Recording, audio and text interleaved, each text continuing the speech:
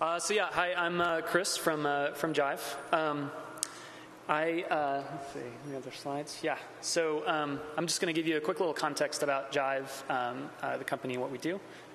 So in any company, there's a ton of people, hopefully humans, that talk to each other. They use a bunch of apps to get stuff done. They store that data in multiple places. But ultimately, the goal is to get them to collaborate together. And that's essentially where Jive comes in as a hub. It's kind of like a kube proxy for people within your company. It kind of works. That's going to be like the new tagline. Don't tell anybody. So we have several products to help us or to fulfill that goal. So one is Jive N. It's an internal to your company kind of thing. Jive X is for external customers. And then there's a messaging platform, Chime, and Daily and other mobile apps that help that as well. And so at Jive, we are constantly trying to focus on innovation and speed and being as agile as we possibly can. And so with that, we've had a very recent like Cambrian explosion of microservices that developers have kind of just taken off with Docker and trying to sort of break apart a lot of the monolithic architectures that we have in place and replacing it with things that we can iterate on more effectively and more safely. So we're using Kubernetes in a lot of places, or planning on using in a lot of places. And one of those is the microservices area. But another thing we're planning on doing is using Kubernetes and Tectonic for quickly getting demo instances up in a cluster, and that's what I'm going to demo in a second here. So just a quick background about our application stack, specifically the Jive N piece. It's fairly straightforward web application stack. You can see we've got web apps, we've got an activity engine supporting that, database, cache, that kind of thing, talking to a growing bevy of cloud services. But I think the thing that's a little different about this, not necessarily different, but different from what other Kubernetes users might be doing, is that this is a single tenant stack. And so for each customer, we need to spin up these stacks very quickly, and we can do that. We need to do that multiple times. And so the stuff we have in place that we've been using for a long time for our cloud infrastructure is VM based. So very stable, very awesome stuff. But a lot of the downsides are there's a lot of moving parts, and we're writing code to deal with VM startup, IP block allocations, and getting the right storage in place, and that's not even counting a lot of the extra bits that are unique to what we do. So one of the things we wanted to tackle with containers and Kubernetes is to simplify that process and make it quite a bit more efficient. And so, oh, hi. It's a little guy up there. I don't know where he came from. He's totally...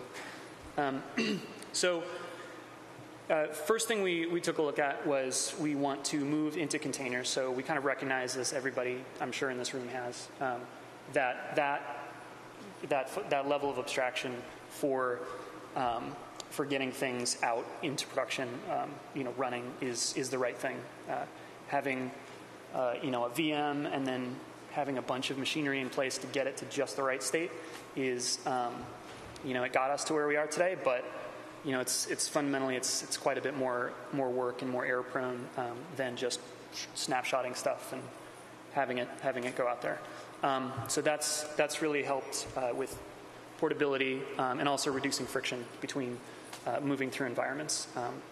But as I'm sure many people have discovered, that when you start to run this at scale, or even think about solving larger distributed system problems with containers, you quickly run into a lot of extra overhead and work when you try to wire things together or deal with zero downtime deployments. How are you going to dynamically load balance things? How are you going to deal with getting storage in the right place?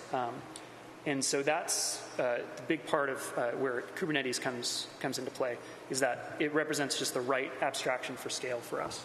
And this is an important point for that I haven't heard a ton, but the language that Kubernetes gives you to solve these kind of problems is really effective, and it's very well thought out. And you can use that language to say things like, let's put a new replication controller in place. We'll use the same labels as the other one, and then we'll slowly drain this one and move it over here.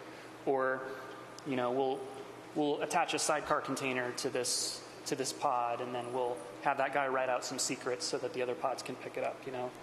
Those kinds of, you can solve problems with that kind of language, and when you do that and you commit to that, Kubernetes as a platform gives you all that stuff, like, out of the box, and it scales. So that's terrific.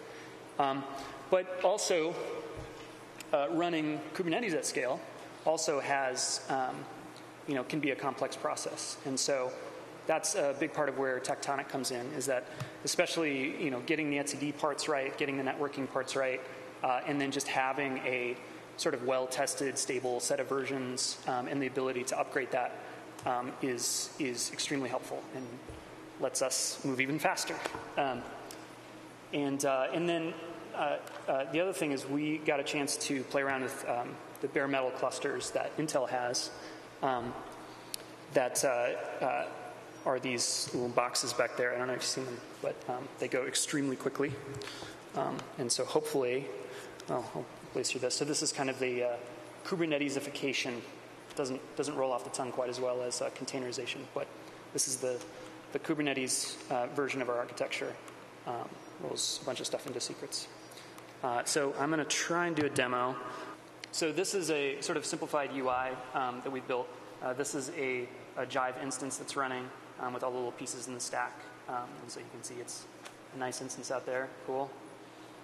So we built some pretty quick and easy tooling on top of Kubernetes to create new instances. And so this happens pretty quickly, but so these are all pending pods, and then the little spinny arrow thing is it actually starting up.